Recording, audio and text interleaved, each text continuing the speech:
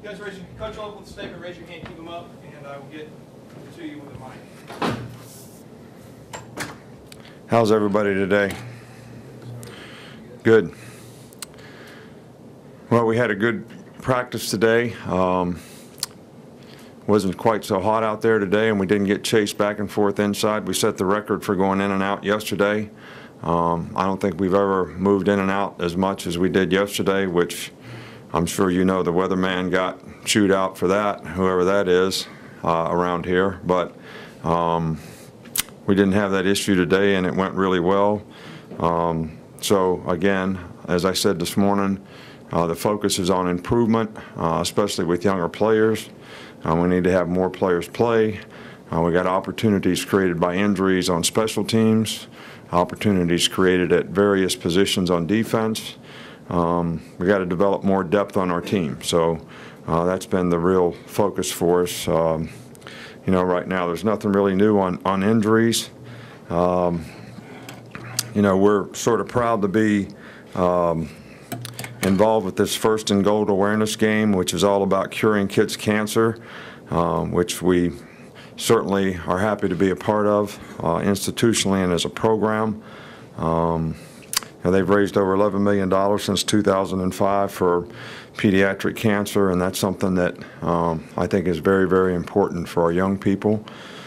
We're excited to be back at home and playing at Bryant-Denny Stadium. It seems like it's been a long time. I can't hardly remember the last game we played here, so it'll be great, and we're looking forward to it. And I'm hopeful that we have a great crowd that really shows the appreciation for our team and their efforts and how hard they played in the last game, and support them, you know, in this particular game. We saw several of your freshman wide receivers utilized on Saturday. Just what did you think of their performance and really the receiving corps as a whole? Right. Well, you know, I think we got to get more guys involved in the passing game. I think guys have capabilities, and the only way they're going to develop confidence is they have a few more opportunities, which we've talked before about all the technical aspects of the passing game, whether it's protection, whether it's presence in the pocket, whether it's route running, timing. All these things need to improve, but I think those guys have a tremendous amount of potential. I think if we're going to have an explosive offense, we're going to have other explosive receivers develop, and I certainly like the progress that those guys have made and the maturity that they've shown. But I also think they're capable of being a little more consistent, but I think it would help them a lot if they got a few balls and got some confidence in what they're doing as well. With the injuries at linebacker, how much could that possibly affect your ability to play in base, or will it affect your ability to play in base?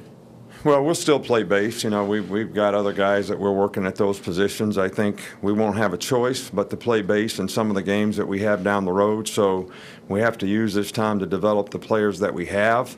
You know, I think Anthony Jennings and Rashawn will both be out for this game, probably for sure. Hopefully we'll get them back soon after, but that's going to be a day-to-day decision probably.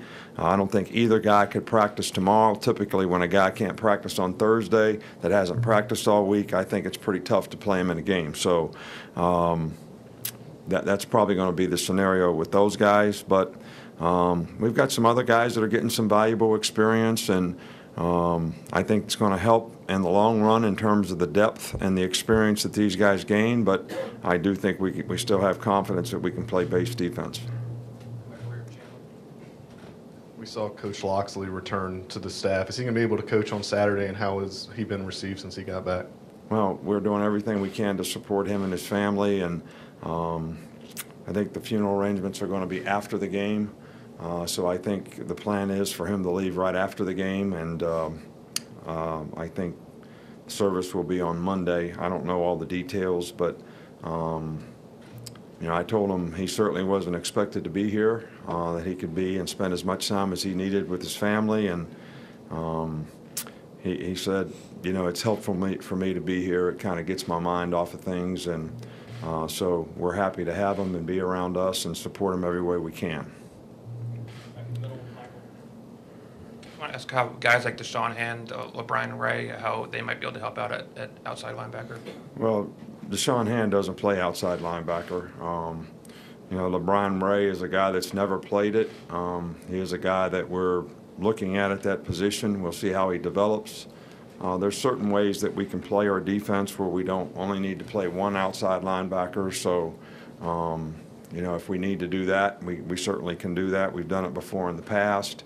You know, when you're in the NFL, you got 53 guys on your team, all right? And when this happens, you have to figure out, how do I adapt not only personnel-wise, but systematically and scheme-wise? Because the only way you can get guys to play there, you don't have 85 guys on scholarship. You have to go get somebody off the street who really doesn't know anything about your system or your scheme. So you have to adjust and adapt the scheme so that, you know, players can play.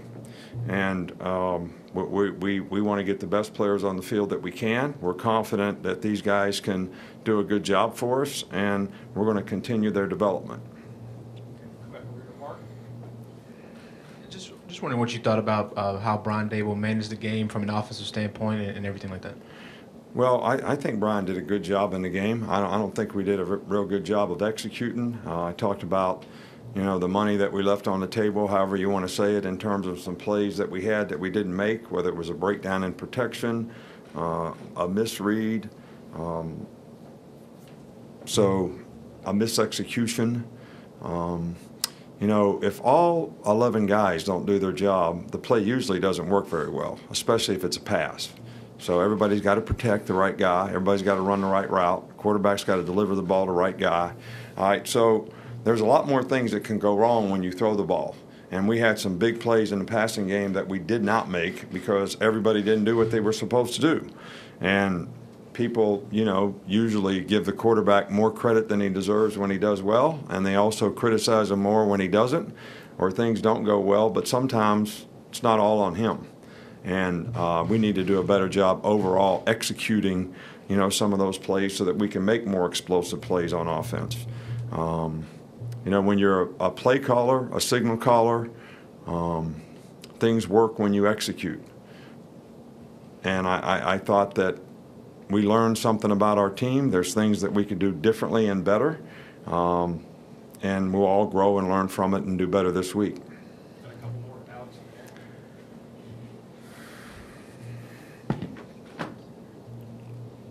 Just wanted to ask you, there's a new proposal out there, you know, floating around about the transfer policy, potentially taking away contact restrictions, and I think even that year sitting out. What are your thoughts on that new proposal? Well, you know, I haven't read all the proposal. I just got something yesterday, you know, about it, but I don't know all the legalities of it. But, you know, I don't think that things should be a one-way street. I don't think they should be a one-way street for the institution or the program, that a player doesn't have the opportunity to explore other options if that's in his best interest. But I also think that the institution shouldn't be obligated to a guy when the guy isn't obligated to them to some degree. All right, so we've always had a rule where everybody has the opportunity to transfer, but they have to sit out a year. All right, so that sort of is their obligation to the institution. We've also made a graduate policy, which was supposed to be for academic reasons, that a guy could go to another school after he graduates, and they didn't have the graduate program, but that obviously is not why guys transfer, graduate transfers. I mean, we had graduate transfers here that we have the same degree program here that they had where they went. All right, so it wasn't for academic reasons. Do I think that other schools should be able to contact players on I've never talked to a player on another team all the time I've been a coach. And I don't think that any program should. I think it should be sort of a rule of civility that we all have professionally, that we don't tamper with other people's players. I mean, they have rules for that in the NFL. I think we should have rules for that in college football. All right, so I think there has to be some kind of balance in terms of players still being able to have opportunities to do other things, but there also has to be a balance in the obligation that both parties have to each other, so that how can you sort of plan a roster or your recruiting or your team if everybody's a free agent at the end of every season? And every player that's doesn't have things going the way he wants them to go all of a sudden says, well, I'll just go over here and play over here. So, look, I want to do everything I can. We want to do everything we can to help the players be successful in every way. But making commitments to things, understanding the developmental process that goes into getting an education, continuing to develop as a person who can have success in life, and to develop as a football player at this level is something that takes a little bit more patience and a little bit more time sometimes than people realize. And we try to help them the best we can to develop in all those areas. So I don't know the proposals, but I would be one for some kind of balance and how it would affect both parties. Last question is with Eric. Yes, it is. Coach, with your signing bonus this year, you'll be making more than $11 million. In your personal opinion, are you worth it? Probably not, but I don't really do this for money, never really have. You know, I started out in this profession making $8,000 a year, and that was after being a graduate assistant for 2 years making nothing.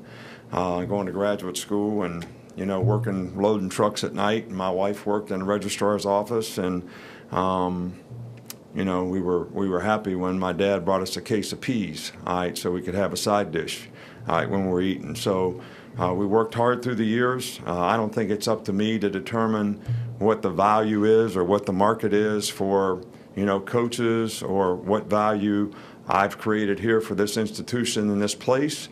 And I think those people made those decisions. We haven't asked for anything. We've been treated extremely well here. We certainly appreciate it. I appreciate our administration. I appreciate our athletic administration for the way they've supported the program and helped us be successful. And I've been very thankful for what they've done for my family. So, but I'm not the one that determines, you know, what you just asked. Thank you. All right, thank you.